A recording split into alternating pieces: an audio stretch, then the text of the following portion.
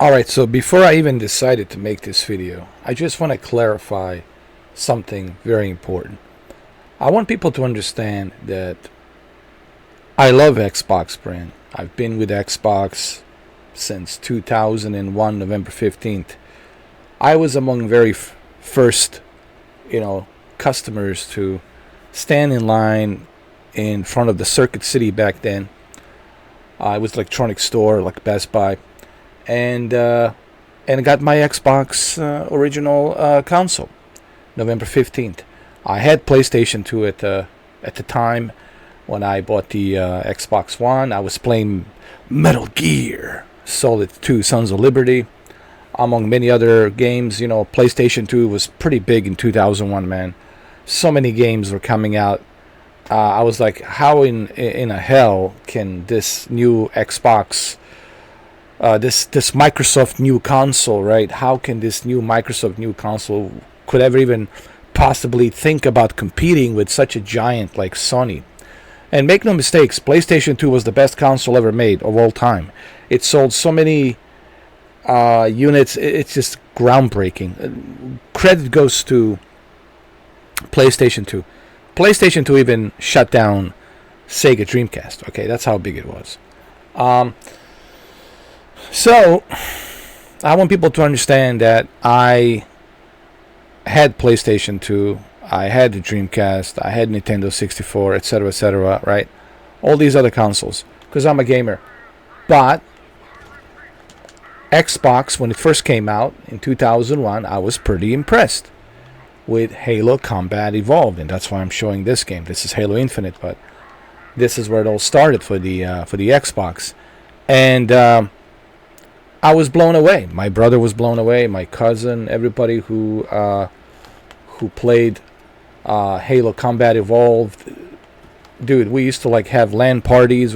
Local LAN parties. We used to, even some of the girls that I used to date back in the days, me and my brother and my cousins, we used to bring them over and they would play as well. So Xbox, I have a lot of great memories with the Xbox. All right, I'm an old geezer. Clearly, you can tell. So I have a lot of mileage on me. And I'm making this video to tell you that I love Xbox brand.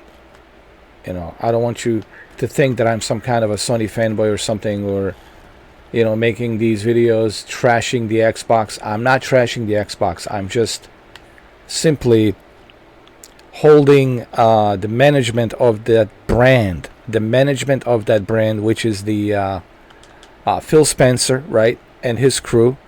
I'm holding them responsible for what has taken place, as I should, as anyone should, right? Because they haven't really given us any answer. They haven't given us any explanation as to why this is happening, as to why.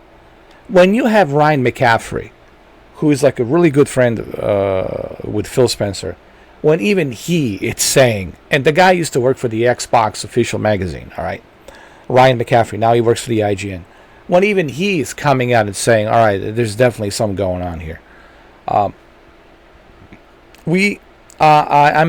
worried about this brand because I love it. If I didn't care about this brand, if I didn't love this brand, I wouldn't be, giving much of a damn, right? But I do give a damn because I do care. I do care. And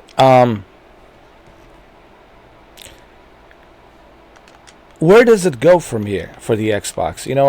I already spoke about this. I already talked about this on the live stream, on the podcast. I clearly mentioned that right now, Xbox brand is hurting. It is hurting because of the poor management. Poor management is the problem here. If your company is failing, well, who's responsible? Who's making decisions? The person in charge, right? The administration and the head of the administration, the president, whoever. That's who you got to blame. Whoever's in charge of the administration is making all the key decisions, and those key decisions are affecting the brand. Okay, and that's the way I look at it. I wouldn't go around and say, "Well, Xbox is it's a terrible brand." No, Xbox was a great brand for 24 years, man. They got us some great experiences, man, that I will never forget.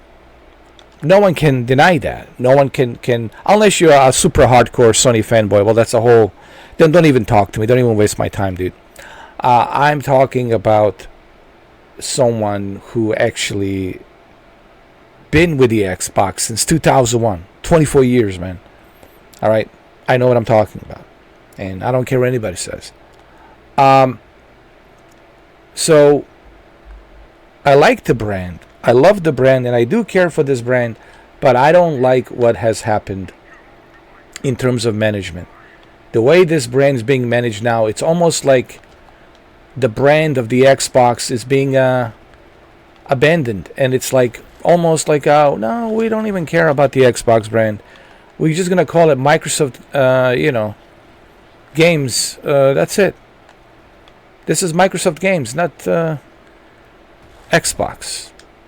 You know, like back in the days before the Xbox, there was a Microsoft Games, Microsoft Studios, right?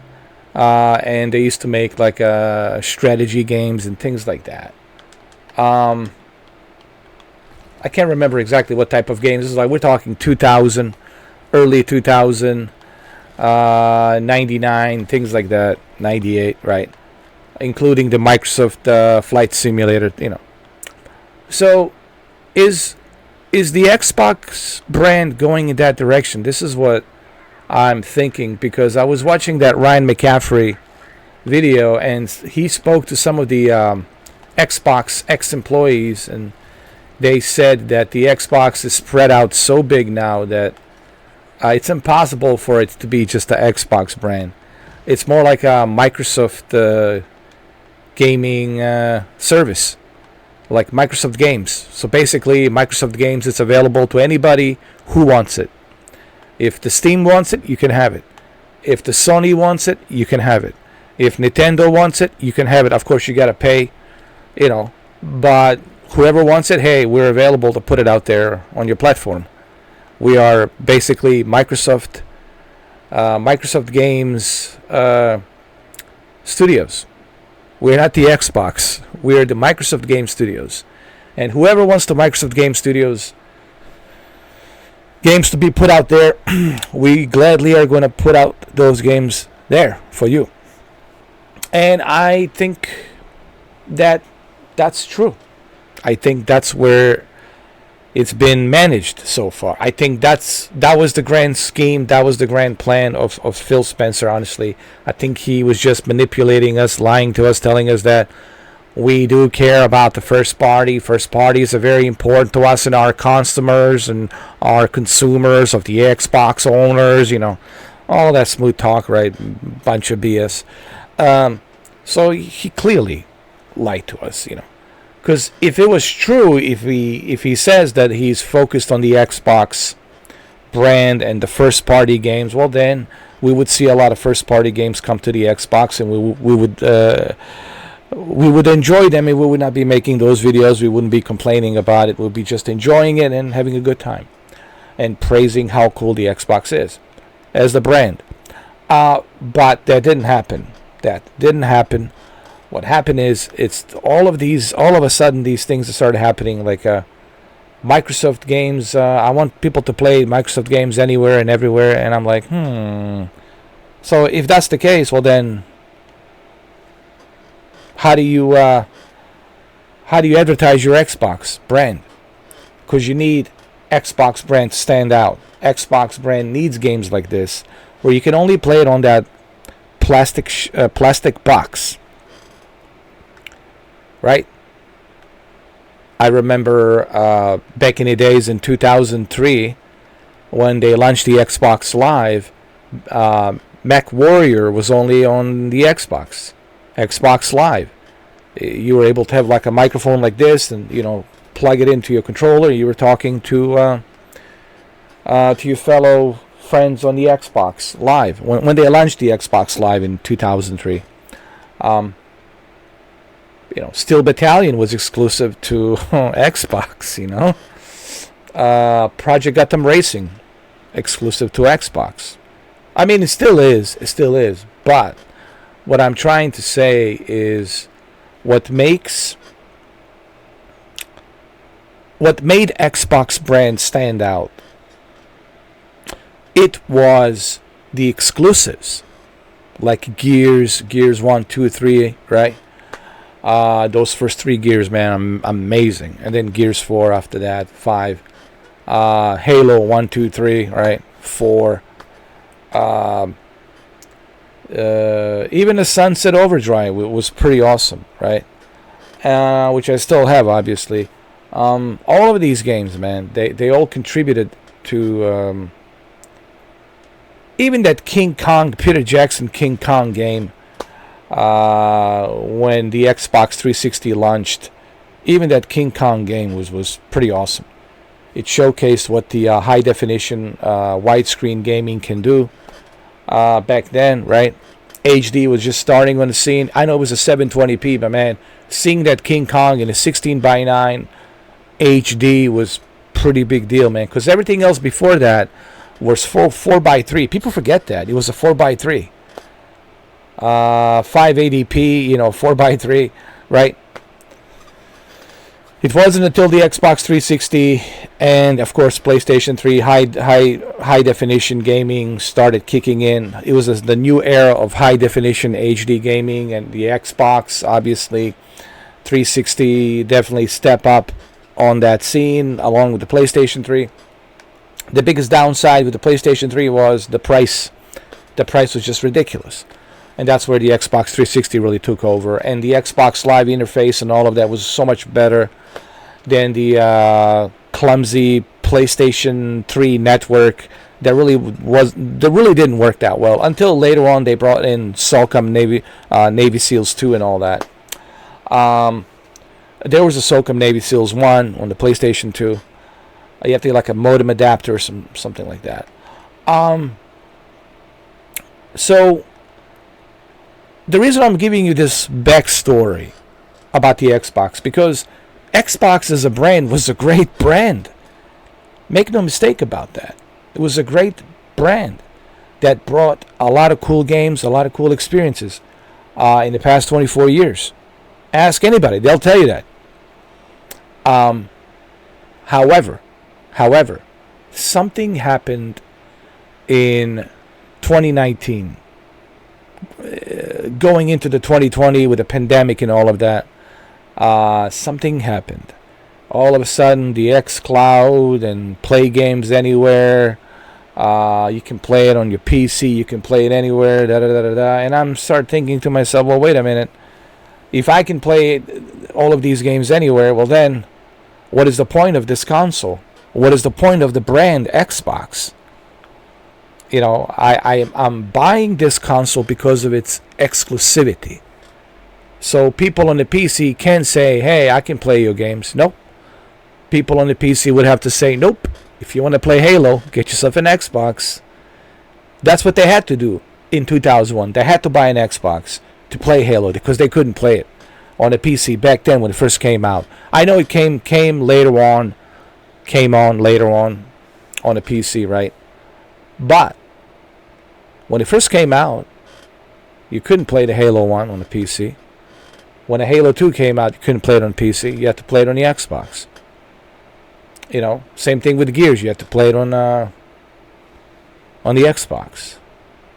That validation of exclusivity matters. And I know I've been preaching this. I've been saying this God knows how many times. I've been telling people that when it comes to consoles, exclusivity is the key ingredients, and it always gonna matter. This is something that Phil Spencer has forgotten, and now he's paying the price for it because he made those terrible decisions. But there's another flip side to that. I don't want to just put this blame on Phil Spencer. I know it's easy, for everybody to put this blame on Phil Spencer, say, oh, this is a Phil Spencer's fault, etc., etc. To a degree, it is. To a degree, it is his fault. But behind the closed doors, we don't know what really happened. This is a conversation I had with OG Majestic. And shout out to OG Majestic. And maybe Phil didn't want to do this. Maybe it wasn't the Phil's call. Maybe Phil Spencer didn't want to do this. Maybe it was the CEO of the Microsoft. Okay? From what I understand, there's two sitting CEOs of Microsoft. One is the male, one is the female. I forgot their names, so please don't judge me, all right? I forgot their names. And maybe the CEOs of the Microsoft wanted this decision. They were like, hey, we want the Microsoft to be about expanding as a gaming service to everybody. We want everyone who wants to play our games to be able to play our games. Xbox as a brand will be just there as an option. If people want to play on it, they can play on it. But we want to expand the Microsoft games as a like our own, like a service, kind of like Netflix or Amazon, or like our own service, like we did back in the days. Give it to whoever wants it, right? Maybe this was the CEO, Microsoft CEO's decision, which Ryan McCaffrey has also emphasized on it, based on what he has heard from those two employees. There's a video, you can search for it, Ryan McCaffrey, the Xbox and all that. Go the IGN. It's on IGN actually, YouTube. And I'll take his word for it. I mean, I'll take those two Xbox employees' words for it, because they worked for for 20 years. I'm sure they know inside out really what was going on. So I think that could be the case. It could, maybe we're all too easy to point fingers at Phil Spencer. Now I know I'm not letting him off the hook. He is responsible to a degree to this as well. I mean, you're the head of the Xbox, man. You have some say in this. You should definitely negotiate with the CEO and tell the CEO, hey, we shouldn't be doing this. This is going to hurt our brand. This is going to really make people lose their trust in us. It's going to make developers lose trust in us. Maybe there was that conversation taking place, but maybe this CEO was stubborn and didn't care. See, we don't know. What I'm trying to say is we don't know what happened behind the closed doors. And maybe Phil Spencer can't really talk about it right now because it's still fresh. It just happened recently, right? So maybe he would like to say something, but he can't, right? And so what I'm trying to say is, on this video, maybe this is all Microsoft CEO fault. Maybe this is what the Microsoft CEO wanted with his investors. So maybe this is not entirely Phil Spencer's fault. But look, the thing is this. Xbox as a brand, it's hurting right now. Okay, and there's no question about that. And what happens next, it's anyone's guess, honestly. But here's what I'm going to say. I'm going to end the video on this note. Xbox as a brand, it's a good brand. And the Xbox as a brand will still be there. But what shape and what form that Xbox brand logo is going to be in 5 years from now, 10 years from now, I really can't tell you. I can only speculate. But right now, as the things are, sadly, Xbox brand is hurting. What happens next? Your guess is as good as mine. All right, guys. Well, thank you for watching this video. Love you all. Be good. Take care.